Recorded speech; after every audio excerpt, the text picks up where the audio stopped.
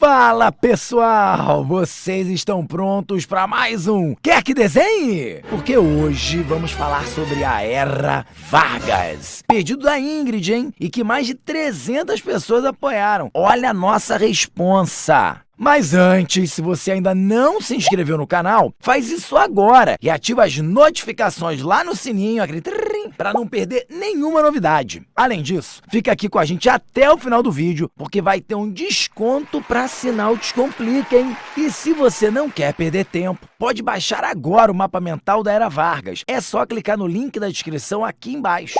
Agora, vamos juntos? A primeira coisa que precisamos saber sobre a Era Vargas é que ela foi dividida em 3 períodos. O primeiro é chamado de governo provisório, que começa em 1930 e vai até 1934. O segundo é o governo constitucional, de 1934 a 1937. E por último, temos o Estado Novo, começando em 1937 e terminando em 1945, durando quase 10 anos. Parece muita coisa, mas calma que vamos ver essas fases uma de cada vez e aí você vai ver como é fácil entender tudo. Para começar, o governo provisório é o período inicial, quando Getúlio Vargas assume o poder logo depois da Revolução de 1930, em que sai de cena política a oligarquia cafeeira paulista. É nesse momento que Vargas suspende a Constituição de 1891, iniciando um processo de centralização política. E é por isso que o nome dessa primeira fase se chama governo provisório, certo? É nesse primeiro momento que ele cria alguns ministérios, como os da educação e do trabalho, passa a nomear tenentes como interventores, começa a formular algumas leis trabalhistas e cria o Código Eleitoral, tornando o voto secreto e dando direito de escolha de representante para as mulheres também. O Conselho Nacional do Café também foi criado com o objetivo de valorizar o preço do produto no mercado internacional e centralizar a política cafeicultora brasileira. Mas esse negócio de governar sem Constituição já estava incomodando uma galera por aí, obviamente. E no caso, os paulistas mesmos. A oposição ao Vargas se concentrou em São Paulo, onde as oligarquias locais convocaram o restante da população paulista para irem às ruas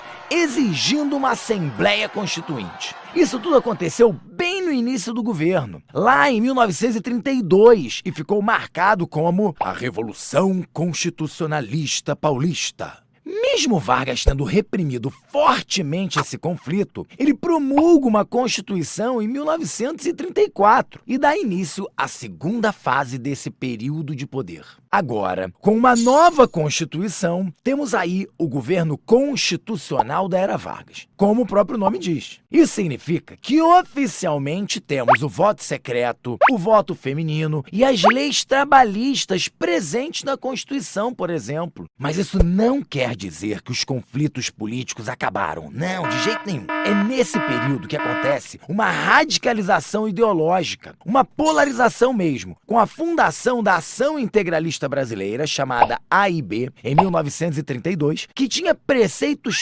fascistas e era liderada por Plínio Salgado. E depois, já em 1935, foi criada a Aliança Nacional Libertadora, conhecida como ANL, que teve a participação de diversos setores de centro e de esquerda, incluindo o Partido Comunista Brasileiro, liderado por Luiz Carlos Prestes. Nesse meio tempo, a gente tem também uma tentativa de golpe comunista, chamada de Intentona Comunista, de 1935. Mas o levante foi facilmente controlado pelo governo, não tendo sucesso. E aí, quando o mandato de Getúlio Vargas estava prestes a acabar e novas eleições deveriam ser convocadas, surge um suposto ataque comunista, assinado por um espião soviético chamado Cohen. Só que tudo isso não passou de um golpe do próprio Vargas para concentrar ainda mais o poder. Depois, descobriram que a carta foi escrita, na verdade, por Olímpio Mourão, com consentimento do presidente. Isso tudo aconteceu em 1937 e ficou conhecido como o Plano Cohen. Anotou? Porque agora vamos para a terceira e última parte dessa história.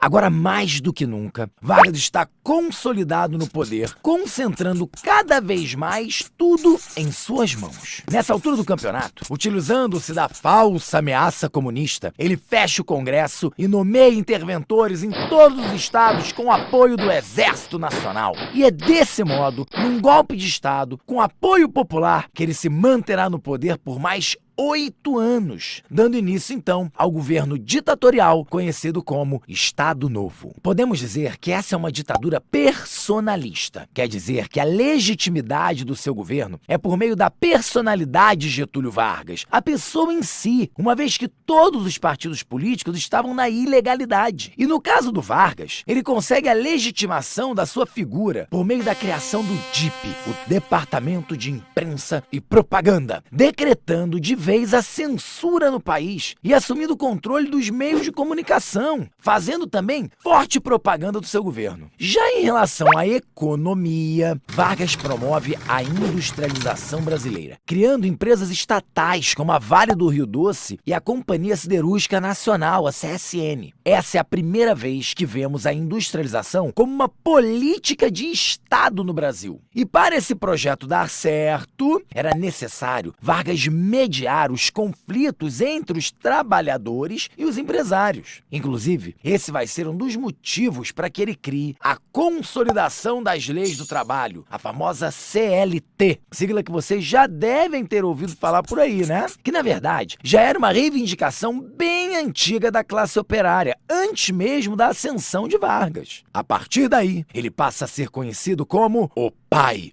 dos pobres. No entanto, com a entrada do Brasil na Segunda Guerra Mundial, do lado dos Estados Unidos, a ideia de democracia ganha força por aqui. Os próprios militares que apoiaram o presidente se voltam contra ele. Era muita contradição, um regime autoritário lutando contra ditaduras fascistas na Europa. Com a pressão de alguns setores da sociedade, a criação de partidos e até mesmo o retorno de outros, a oposição de Vargas chega ao seu auge. Apesar de rolar todo um movimento feito pelos trabalhadores para Vargas ficar, o queremismo, ele sofre um golpe militar em 1945 para garantir a realização de eleições. E Eurico Gaspar Dutra, que ameaçou contar para toda a população sobre o Plano Cohen, é eleito presidente do Brasil. E é assim que chega ao fim a Era Vargas, ou pelo menos a primeira parte dela. Mas não exatamente o fim de Getúlio Vargas. Ficou curioso, foi? O único spoiler que a gente pode dar é que a história de Vargas com o Brasil não acaba por aqui. Em 1951, ele volta para uma season finale, digna de maratona, hein? Mas isso fica para outro vídeo, combinado? Agora é só baixar esse mapa lindão aqui no link da descrição para não esquecer de mais nenhum detalhe da Era Vargas. E se esse conteúdo foi útil para os seus estudos, deixa o seu like e seu comentário pra gente saber que ajudou. E se inscreve no canal também, valeu? E se você ainda não é estudante Descomplica, o que está esperando para aproveitar o link com desconto que tem na descrição? Corre lá, cara! Valeu, galera! Até mais! Yay!